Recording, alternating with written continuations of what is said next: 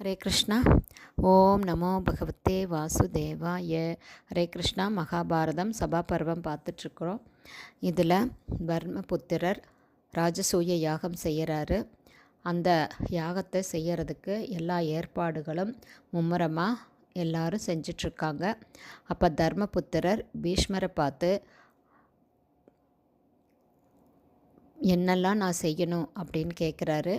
அப்போ பீஷ்மர், அரசர்களுக்கு அவங்கவுங்க தகுதியின்படி நீ மரியாதை செய்யணும்.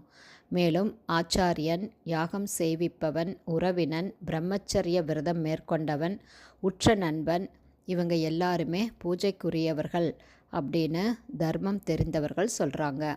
இவங்களுக்கெல்லாம் நீ முறைப்படி மரியாதை செய்யணும். மேலும் அப்படி செய்வதற்கு முன்னால் இவங்களில் யார் மிகச்சிறந்தவரோ அவருக்கு முதல் மரியாதை நடக்கட்டும் அப்படின்னு சொல்கிறாரு. அதை கேட்ட தர்மபுத்திரர், கௌரவர்களில் மேம்பட்டவரே, முதல் மரியாதையை நான் யாருக்கு செய்யணும் அப்படின்னு நீங்கள் தான் சொல்லணும். யாருக்கு முதல் மரியாதை செய்தால் அது பொருத்தமாக இருக்கும். என்னுடைய பிதாமகரே, இந்த விஷயத்தில் நீங்களே எனக்கு வழிகாட்டுங்க அப்படின்னு கேட்குறாரு. அப்போது பீஷ்மர் ஜொலிக்கும் நட்சத்திரங்கள் உள்ள சபையில் சூரியன் போல விளங்குபவர் பகவான் கிருஷ்ணர். அவருடைய மகிமை வைபவங்கள் எல்லையற்றது. அதனால் முதல் மரியாதை பெற தகுதியுள்ளவர் பகவான் கிருஷ்ணர் தான் அப்படின்னு சொல்கிறாரு.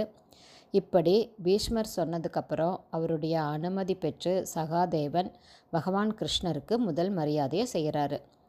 அதை அங்குள்ள மன்னர்கள் எல்லாருமே ஏற்பது போல தான் தெரியுது. சாஸ்திரப்படி நடந்த அந்த சிறந்த பூஜையை, முதல் மரியாதையை பகவான் கிருஷ்ணர் ஏற்றுக்கிறாரு. பல மன்னர்கள் இதை மனப்பூர்வமாக ஏற்றுக்கிட்டாலும் சேதி தேசத்து அதிபதியான சிசுபாலன் இதை ஏற்கலை. முதல் மரியாதையை கண்ணனுக்கு நடத்தியது அந்த சபைக்கே அவமானம் அப்படின்னு சிசுபாலன் நினைக்கிறாரு. அதனால் பீஷ்மரையும் தர்மபுத்திரரையும் கடுமையாக கண்டிக்கவும் செய்கிறாரு. மேலும் கிருஷ்ணரை இகழ்ந்து பேசுகிறார். சிசுபாலன் என்னெல்லாம் பேசினார் அப்படிங்கிறத அடுத்த பதிவில் நம்ம பார்க்கலாம். அடுத்த அத்தியாயம் சபா பர்வத்தில் அத்தியாயம் 3 பார்க்கலாம். ஹரே கிருஷ்ணா. குருதேவுக்கு ஜெய்.